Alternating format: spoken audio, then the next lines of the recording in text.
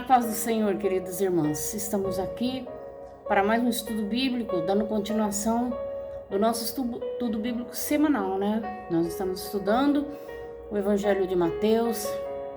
Essa semana nós vamos estudar o capítulo 9 e o 10. Vamos orar? Pai querido, quero te agradecer por esse momento tão especial, Senhor, onde é que nós estamos reunidas para aprender da Tua Palavra.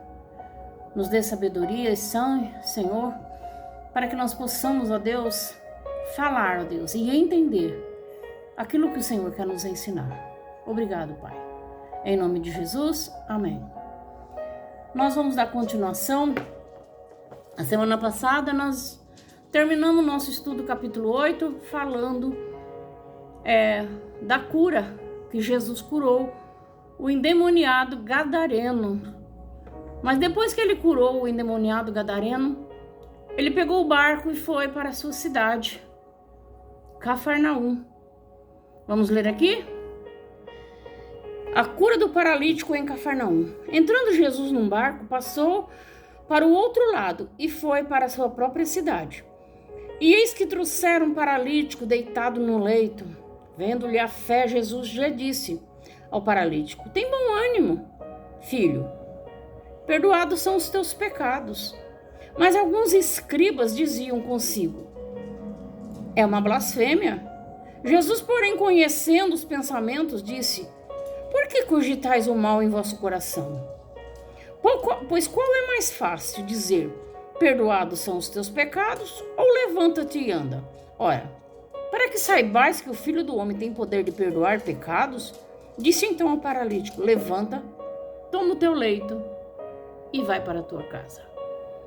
Olha que coisa linda, né? Jesus, além de curar o paralítico, deu uma grande lição nos escribas. Eles tentavam de todas as formas denigrir a imagem de Jesus. Mas Jesus chegou para eles e falou: olha, eu tenho poder, todo poder foi me dado no céu e na terra. Qual é mais fácil, falar para ele que está perdoado os pecados dele, ou falar: ó, levanta, pega sua cama e anda? Maravilhoso. E é assim, o capítulo 9 já começa surpreendendo.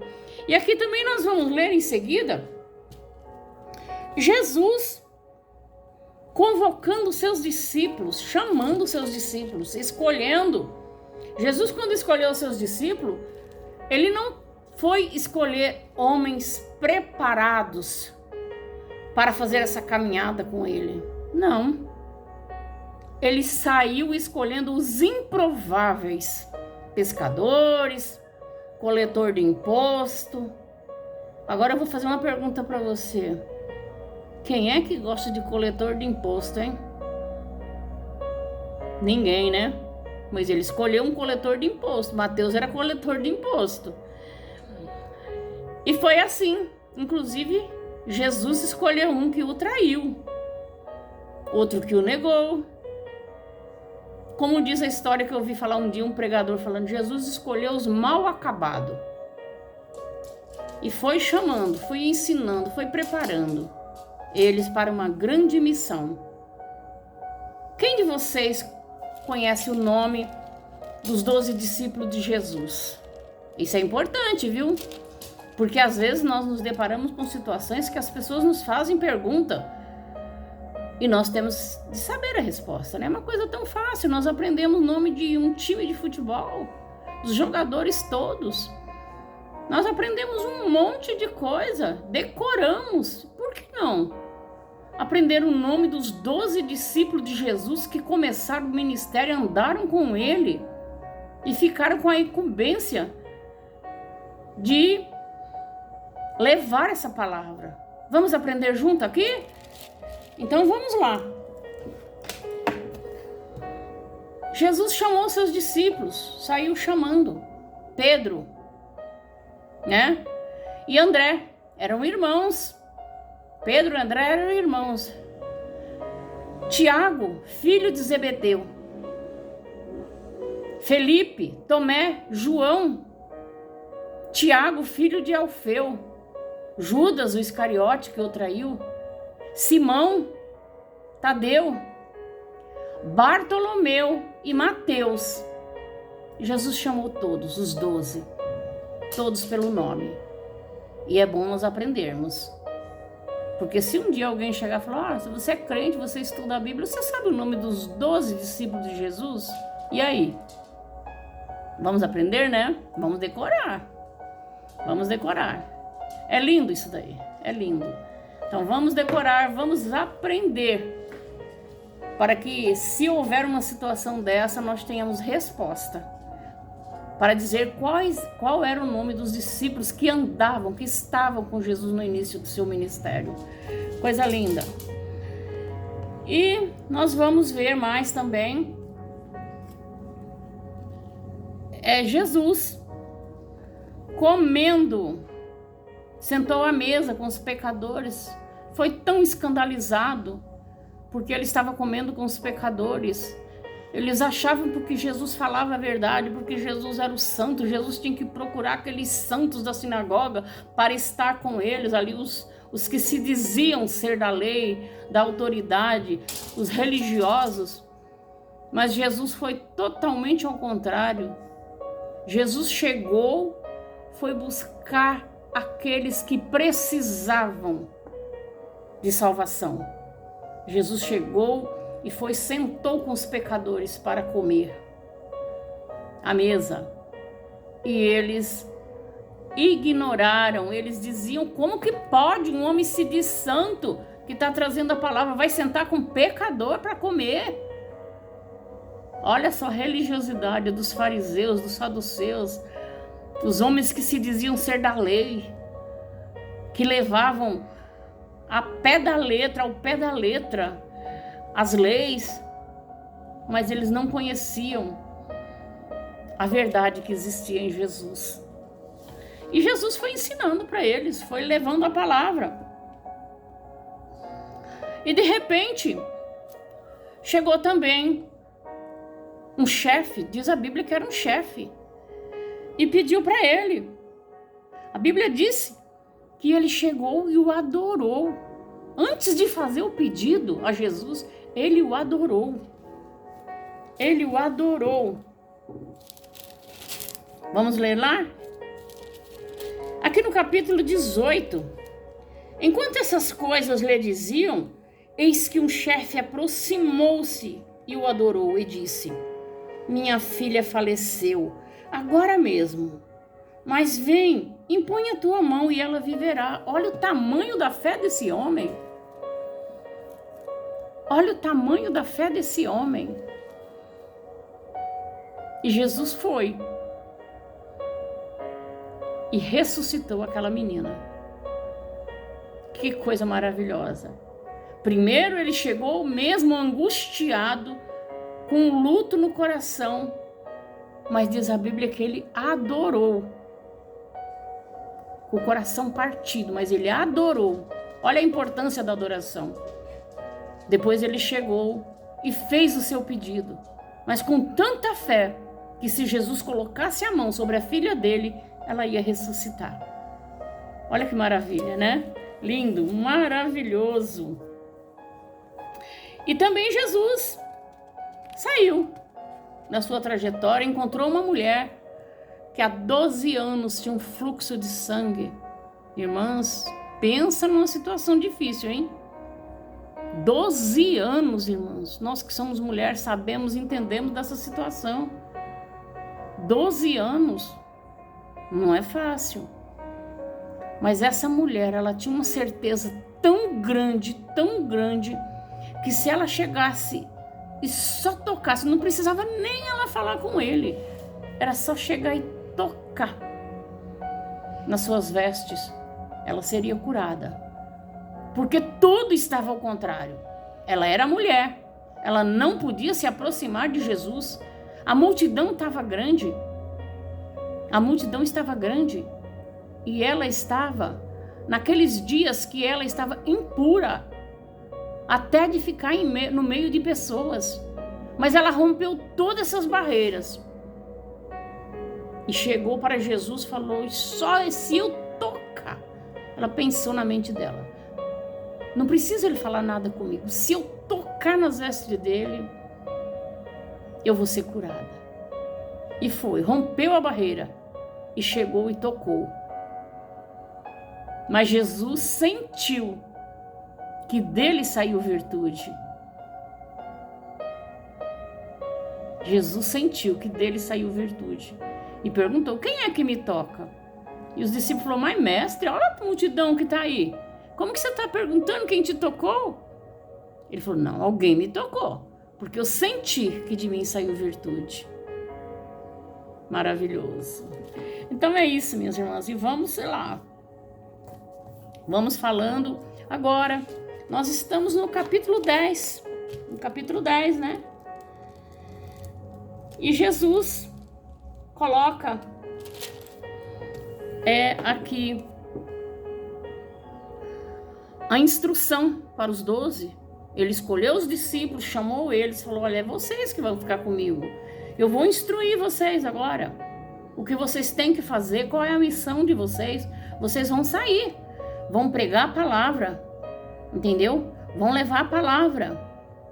E enviou Jesus, aqui no capítulo 5 do capítulo 10, no versículo 5 do capítulo 10, diz assim, a estes 12 enviou Jesus, dando-lhe as seguintes instruções, não tomeis rumos aos gentios, nem entreis na cidade do samaritano, mas de preferência procurai as ovelhas perdidas da casa de Israel, e à medida que seguirdes, pregai que está próximo o reino dos céus. Olha só o que Jesus falou. Jesus não é para pregar prosperidade.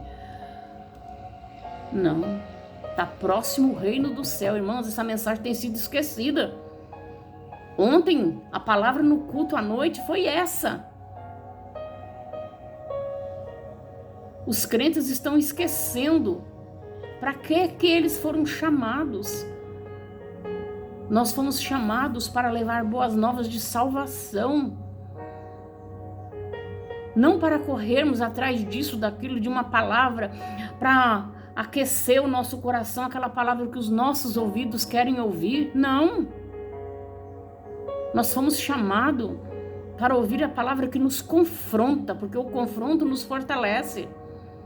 E Jesus está próximo. Aqui Jesus está instruindo os discípulos dele. Entendeu? Jesus está instruindo. E também ele está admoestrando eles. E dizendo para eles, olha, é o seguinte, eu estou enviando vocês como ovelha no meio de lobos. Não vai pensar que vocês vão sair por aí, vão ser bem recebidos, vão ter toda a glória. Não.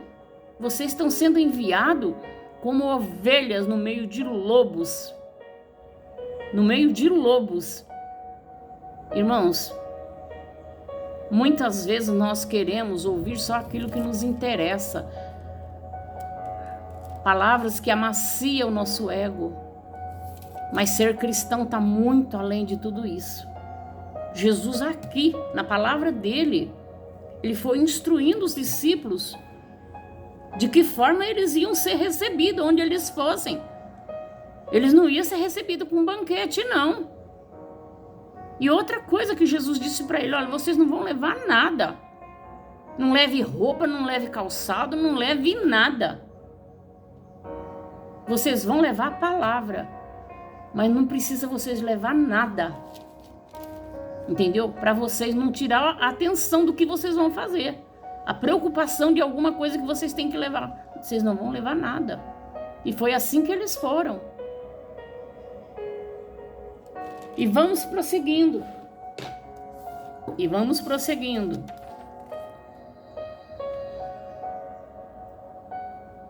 Então é isso, irmãos. Jesus instrui os seus discípulos. Jesus admoestra ele e mostra para eles as dificuldades que eles vão ter. As dificuldades que eles vão ter.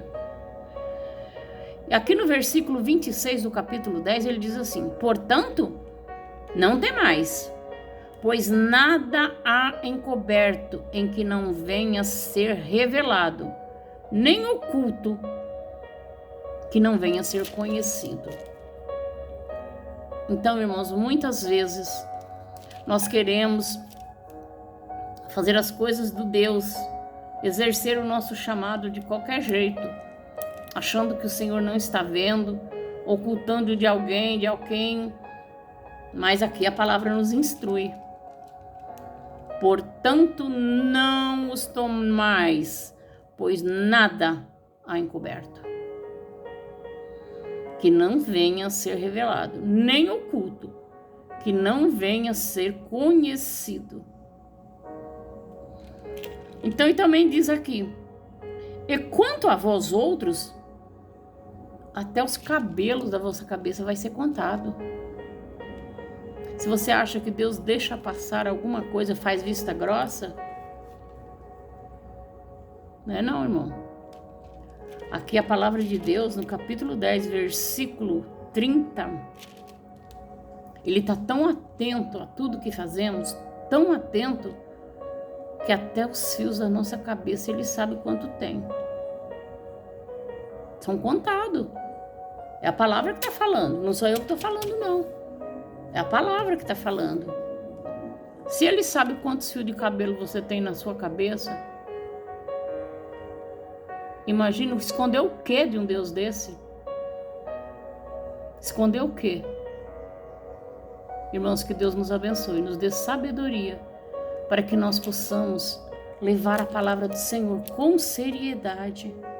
Mas Jesus disse, depois de tudo isso, da instrução que ele deu, da demonstração e do estímulo que Jesus disse, estimulou eles. Jesus disse ainda, a recompensa. Jesus falou, olha, vocês vão passar por tudo isso, mas vocês vão ser recompensados.